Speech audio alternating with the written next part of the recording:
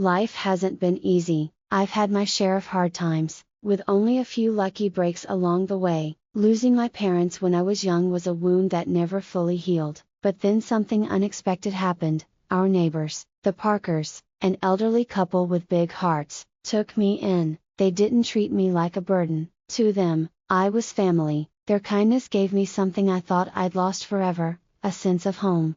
We didn't have much money, but there was no shortage of love, and for a while, that was more than enough. Then came another heartbreak. Just as I was turning 18 and starting to plan for college, the Parkers died suddenly in a car crash. I was alone again. They had left me a small inheritance, enough to cover some tuition, and their old house in the suburbs. It was a warm place filled with memories, but it also reminded me too much of everything I'd lost. So, I sold the house and used the money to buy a modest apartment near the college I'd chosen to study financial management. For the first time, I had a clear direction. School was challenging, but I loved learning about finance. I kept my head down, worked hard, and eventually graduated with a decent job waiting for me. During the day, I stayed busy, but at night, the city felt cold and isolating. Even surrounded by people, I still felt alone. Then I met Tom. It was at a friend's party. He was loud, funny, and full of life. We met when he accidentally spilled my drink. "Hey, watch it," I said, startled.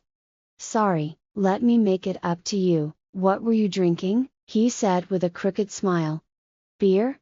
2 beers, coming up," he shouted over the music, heading off. That was Tom in a nutshell: easygoing, spontaneous, and impossible to ignore. We ended up talking for hours about old movies, weird food preferences, and everything in between. By the end of the night, I didn't want to say goodbye. "You're truly part of the family now," Mrs. Dawson would often say, gently squeezing my hand, a gesture so full of warmth it nearly brought tears to my eyes. "Thank you, that means a lot," I'd say, and I meant it. Their kindness never felt forced, it wrapped around me like a second home. Our weekends with them became a cherished ritual: barbecues in the backyard, long talks over steaming coffee, and quiet evenings filled with laughter and stories. Life felt grounded and real. Until everything changed. Tom received an amazing opportunity, an overseas work assignment that would last a year. We were thrilled for him, but the timing couldn't have been worse. Not long after he left, both of his parents' health began to decline, rapidly. Mrs. Dawson's voice trembled when she called one afternoon. "Grace, I hate to ask, but I really need help." He's not well," she said, the emotion thick in her voice. I didn't think twice. I packed a bag and left for the suburbs.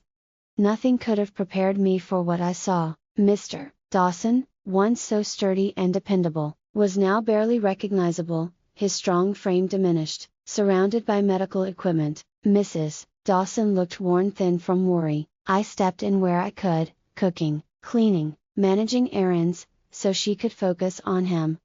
At night, I'd sit by Mr. Dawson's bedside, reading aloud from his favorite novels. He rarely made it through a full chapter, but on better days, he'd whisper, "Thank you, Grace," his voice faint but sincere. "It's nothing, I'm happy too," I'd reply, holding his hand, trying to offer a little strength through mine. One slow afternoon, while I was chopping vegetables in the kitchen, Mrs. Dawson sat down with a heavy sigh. Her eyes looked tired in a way I hadn't seen before. "Grace, I need to be honest, we're in trouble," she said, nervously twisting her hands. "With him sick and no steady income, we're barely staying afloat." I set the knife down and turned to her. She hesitated, then added softly, "Would you consider renting out your apartment, just while we get through this patch?" There was no question in my mind. "Of course, I'll handle it," I said without pause, hoping to ease the fear in her eyes.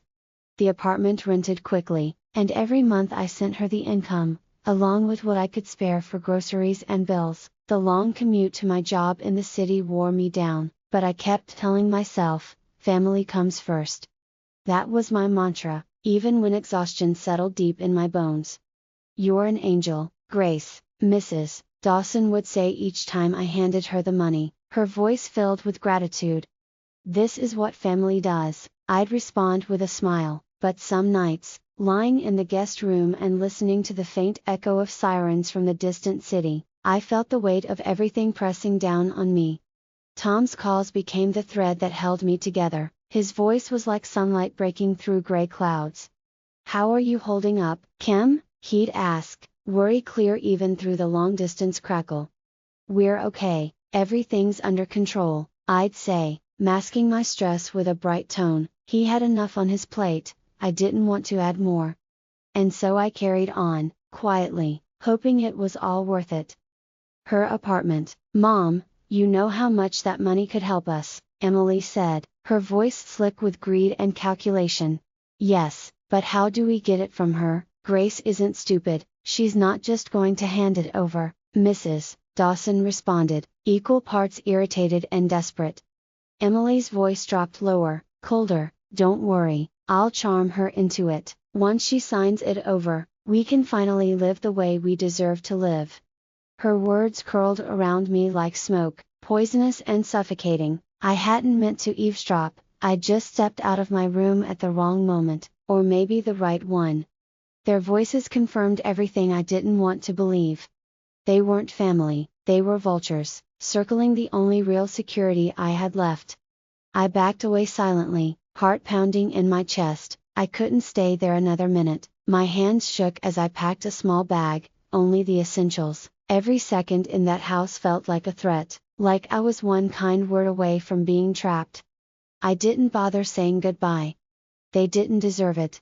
I slipped out through the back door and called a taxi to the station, my thoughts racing just as fast as the city lights whirring past the window. On the train to Harry's, fear gnawed at me. What if he didn't believe me? What if he sided with them? The not knowing was unbearable, but not worse than staying. I stared out the window, the world blurring past, and slowly, fear made room for something else, resolve. When I reached Harry's place, I barely had the strength to knock. The door opened, and there he was, Harry, eyes wide, stunned to see me with a bag in hand and tears threatening at the corners of my eyes. "Grace, what's going on? Are you okay?" he asked, stepping back so I could enter. I walked in, the warmth of his place hitting me like a wave. "No, Harry," I said softly, my voice cracking, "I'm really not." He guided me to the couch, concern etching deep lines into his face. "Talk to me," he said gently, sitting close, "tell me what happened."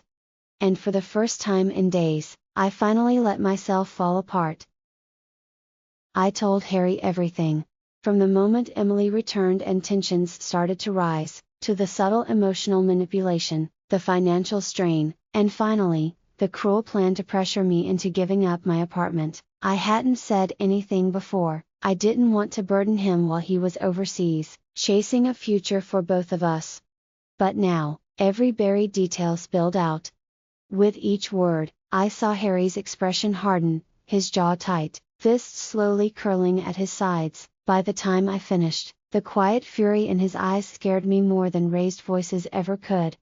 "Why didn't you tell me all this sooner?" he asked, his voice low but heavy with disbelief.